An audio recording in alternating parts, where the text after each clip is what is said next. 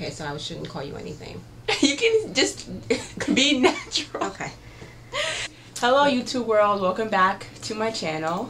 Doing all kinds of things. Oh my gosh. Sorry. Today I'm here with a video series that I wanted to do that I had an idea for a long time ago, right? Mm-hmm. It's been a while. And what I wanted to do, I've been wanting to do something with my mom for a long time. It's my mother. If it's either singing, I wanted to do like a talk show, blah, blah, blah, something, I don't know. But today we're coming to you with a video. We're just going to talk about the things that are going on in the world and our opinions about it. And the reason why is because we come from two different generations. So I think it'll be interesting to see our opinions and our ideas. Mm-hmm. Yeah. Sounds good to me. So I'm Regina. I'm 22 years old and I have a degree in marketing. I'm Keisha Elaine. I am 53 years old. I have a degree in liberal arts and science with concentrations in psychology and sociology. The first thing I have on here to talk about is SnapMap. So I've been trying, or my mother has been trying to learn about Snapchat for a long time. I try to teach her like everything, but I feel like a lot of times it's a lot in one sitting, right? Yeah. Yes, it is a lot in one sitting. But whenever I sit down with her and Snapchat, first of all, she's not a good teacher because she's very snippy. Snippy, do this. But like she'll show me and I know what I'm doing, and then when I go to do it by myself, it's just a mess. Yeah. So, but what do you think about the update SnapMap? Like, I think being it's cute. You do? I mean, again, it's like with technology where there it is now, everybody knows what everybody's doing. There's cameras everywhere. And it's cute how the little cars pop up. And I had headphones the other day, and she had headphones on. So your I mean, Bitmoji. My Bitmoji. She, the Bitmoji, had things on, headphones on. So it was cute. I think it's a nice way, especially if you're traveling with your friends or you're going to meet your friends, because you know you have people say, "Oh, I left the house. I'll be there shortly," and they're still in their pajamas. But so this way you can actually know where people are and can plan if they go on it. If they go on it, so that's the only problem. Yeah. Yeah. Yeah, but I thought you would think it's like creepy or weird. No. The reason I say that is because I know even the fact that we're filming now is kind of not weird, but my mom pointed out the other day that she thought YouTube was weird. That we're watching each other. You're watching somebody's life I unfold know. or and pretend life. I didn't think it was weird at all until she mentioned it. And now I'm just like, okay, this is actually kind of weird. I guess it is. Yeah, it's weird. I mean, to me, it's very weird that, again, I grew up on television and plays and movies and theater and things like that. And this generation watches other people with their dogs or moving into a house, and somehow that's fascinating and interesting. And to me, it's like, what are you learning out of that? What are you getting out of it? And how is it entertaining to see people this buffoon? I mean, I can't explain how it's entertaining, but I do really enjoy it. You do. Like, I love YouTube. I like follow people and like I keep up with them, and that, I guess that comes into like the whole like stalking people kind of thing. Yeah, it's very crazy. But people are putting themselves out there, like they want you to. And you put yourself out there possibly for it, but I guess it can be lucrative for you if you do well. But on the other hand, it's like, to me, it's very, like, really nobody wants to see you. But obviously people do, yeah. It's the same thing like with selfies. How many freaking selfies can you take? I mean, it's you. And people post them like 5, 6, 7, 8, 9, 10 times a day. All right, yeah, nice hair. Oh, that's funny because yeah, when I first started having like Instagram, my mother mentioned she was like, every picture is you. Like you don't have anything else to post, or like you don't have a picture with somebody with other people. Yeah. So I actually started doing that. I actually started posting it. I think it's good. I think it's good to realize those things. I feel like a lot of people don't realize those things. Yeah, I guess, I don't know. Maybe I'm looking at technology or it's different. Whatever, it just very differently. Yeah. The internet is weird too. It can be. Yeah. I am defined as a millennial or Generation Y, and here's a definition.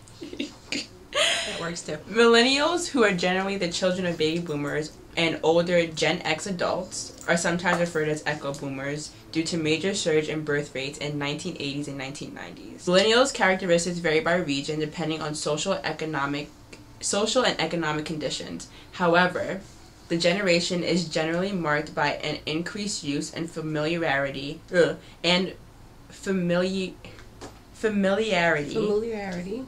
with communications, media, and digital technologies.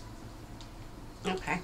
And I am defined as a generation... Ooh, it's really hard to talk. I know, yeah. Generation X. And that is from the mid-60s, ranging to late 70s to early 80s.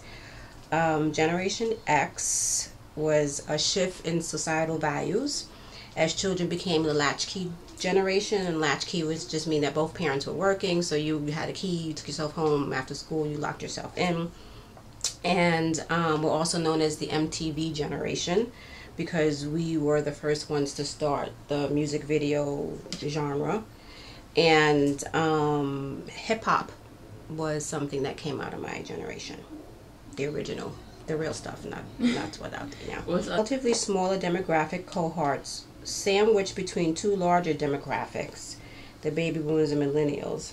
The birth control pill, which was introduced in the early 1960s, was a contributing factor to the declining birth rates seen in this generation. Up here it says, which I don't necessarily agree with, that we are considered slackers, cynical, and disaffected. It says millennial cohort: special, sheltered, confident, team-oriented, conventional, pressured, and achieving. I don't know. I don't know. Yeah, I don't know about a lot of these. Well, team-oriented because you don't have a choice, because the way they teach you now, everything is group, everything is team, everything is that nonsense. I mean, which is good on the one hand, but then you always have the slackers in the, well, we won't go off, that's a tangent. But yes, I guess maybe. I think at the end of the day, like, with a lot of things, you can't say this group is defined by this one thing, because, like, people are different. You're stereotyping all generations, but you can't really do that, because... I mean, there are similarities that you can see in generations, but again, it has a lot to do with societal values, how you were being raised at the time. That's a good segue into the next topic, which is millennials versus baby boomers, which has been like a huge thing kind of happening now. And an article from the Chive that was published on June 9th shows millennial tweets about like baby boomers, which I think is really funny. So most of the tweets are pretty much saying, you know, baby boomers blame millennials for all this stuff, but millennials are blaming baby boomers because they're the ones that kind of set us up. They're the ones that are passing down trades, that are teaching us, yet they're blaming us for all this stuff. Okay. I don't know that blaming. That again, that goes back to the whole stereotype thing, or defining the millennials as a certain type of person. Here's a tweet from the article, and it says, baby boomers are making $170,000 a year and don't know how to rotate PDFs. I know how to rotate PDFs, so I don't know about that. But what does that mean? So millennials are making $1 million plus on YouTube. Okay, doing some of tricks and jokes and pranks and catfishing and all that kind of nonsense. So what does that mean? I guess, yeah. There are a lot of things that you guys don't know either that you're successful nonetheless. Okay, this one says, if all millennials suddenly died the next day, articles would be how millennials are driving up funeral costs. Because, like, so, yeah, I mean, if you're on social media, you'll see a lot. People are like, millennials are killing supermarkets, millennials are killing Applebee's and Friendly's, millennials are killing this, killing that. Like, why can't we just live our lives? Like, why are we killing all these things? Like, are we really that big of a group of people that we're affecting everything? Like... No, they're not saying that they're coming in and doing it. They're saying that they're not doing it, and that's why they're killing it. They're killing Applebee's because they're not going in, or they're spending a little bit of money because they don't have any. Exactly. Thank you.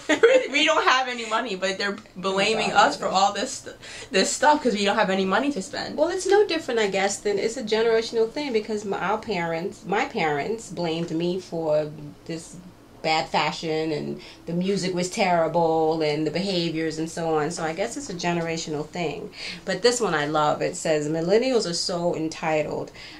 Well, is that A? Yeah. Well, I don't see 20-somethings screaming for the manager because their coupon expired a month ago. And that is absolutely me. Because the other day my birthday passed and my birthday coupon expired. I called Anthropology and I'm like, oh, they're probably not going to take it. And they actually took it and gave me 3 extra months. So I don't think there's anything wrong with that. A bargain is a bargain. And if you've given me the coupon, I'm going to spend money. And if I don't have the coupon, I'm like, okay, I can wait. Coupons are essential. I know, but I think, well, I was just saying, like, well, some people will go in and be like, what do you mean I can't use this coupon? Oh, like, causing a scene, instead of people who are millennials entitled will be like, oh, we can't use this coupon, okay, and we'll just walk away. And you're saying we're entitled. Yeah, so, okay, this one says, millennials are so spoiled with their smartphones and tablets. All we had at their age was the ability to buy property in central London. Because you had the ability, or not at your age. Not at your age. Did not have the ability to buy property. No? No, you're 22? At 22, I did not have the ability or the means to buy property. And this is baby boomers specifically, so let alone the Bronx, central London. No. So I understand that. I think, I don't know, like you said, maybe it's all generational, because one day we'll be blaming our kids for whatever technologies is happening then, or whatever crappy music is out then too. Millennials can't afford homes because they are greedily using both kidneys. That's hysterical. I have to concur with that. Millennials drink a lot. No, is that what they're not trying to say? That are they? Yes. They're trying to say we drink a lot. Yes. I thought they were saying more like they should be selling a kidney. We have to sell a kidney to be able to afford a home. That's what they're saying. Because they're greedily using both kidneys. Yeah, because it would cost us so much. We'd have to sell a kidney just so we would be able to afford a home now. That's what they're saying, because you could afford a home. And they're saying that, like, but baby boomers ruined there was one about the economy. It was like, you know, we ruined the economy? You're not a baby boomer technically, but like your grandmother ruined the economy? I don't think so.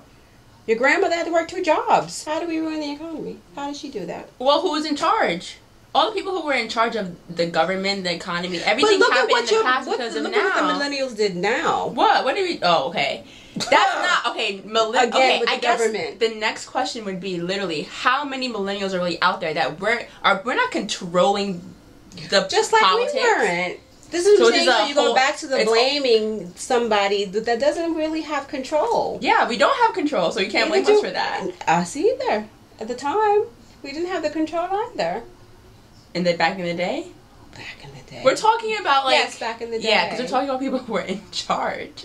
The people who were in charge. The same 2% that were in charge now, or the same 2% that were in charge back then. Yeah, so baby boomers. But they weren't baby boomers. What were they? I don't know. They were they were older people. They were older people, yes. But there's like, I mean, that to me that doesn't make. Of course, there's always older people who are maybe possibly making the rules, maybe possibly changing the rules and governing. But then when the younger ones come, whatever road they're going on is not any better than what was there before. This is one of the topics that could go on forever. Baby boomers blaming millennials, and then millennials blaming baby boomers. It's something that people do. People blame... people never look at themselves. They don't look at themselves and go, okay, what's my part in it? That's something I've always told Jessica. Look at your part in it. Why is this happening? What's your part in it? And people don't like to do that because then they get to see themselves, and there might be something they don't like. So it's always easier to blame someone or something else. It's not our fault. It's the millennials' fault. It's not the millennials' fault. It's the baby boomers. It's not the baby boomers. It's the Gen X. People believe in labels. So you label somebody. This way you're able to control them or navigate them or whatever. So if you didn't have a label as a millennial, and whoever thought of this description, and I didn't have one as a Gen X, would you then be able to say, well, Keisha and Regina are that way? This is how they are? That was very difficult. So, do you understand what I'm saying? Am I making sense? Yes. Labels are, to me, a way of controlling. Mm-hmm. If you don't have labels and you don't have definitions, then you can't put people in a little box and treat them how you want to treat them based on that label. Yeah. Okay. I hope it's exciting because we have some really good conversations, and I think that's one of the reasons why Regina wanted to. Okay, let's clarify. Let's do it again. No, we can just clarify. So, my name is Jessica. My first name is Jessica. I have 2 middle names, Regina Kalia, and that's where my name on YouTube comes from. So I guess everyone's just gonna call me Jessica Regina Kalia. Everyone's just gonna call me whatever. So she calls me Jessica. That's my first name. That's what people call me. But I'm using my middle name, Regina Kalia. So she'll say Jessica, call me Regina, call me Jessica, whatever. It doesn't matter. My name on YouTube is Regina Kalia, so that's what it's gonna be. That's what's gonna stay. I'm not changing to Jessica because there's a whole bunch of Jessicas out there. No. It just said I have to. She dropped that on me right before we started. Yeah. I wasn't aware, and I called her what I know her. I dropped it on you, but you should have.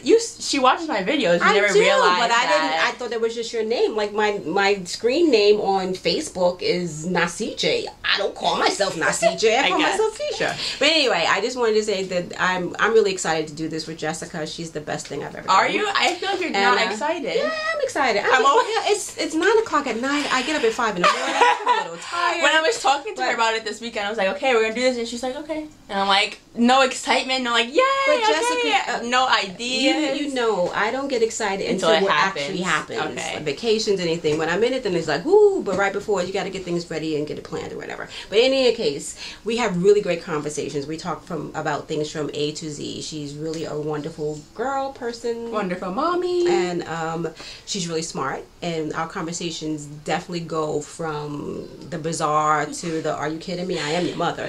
Kind of thing. No. Yes. What? That whole sugar daddy thing, but that's a whole other story. Okay. So yeah, so I hope you enjoy it. I hope you visit, and yes, and please let us know if you have any questions or you want us to talk about something. And I'm not sensitive, so say what you need to say. Yeah, so I'm excited as well. I thought it would be a good idea since we come from different generations, mother, daughter, lived in different times, whatever.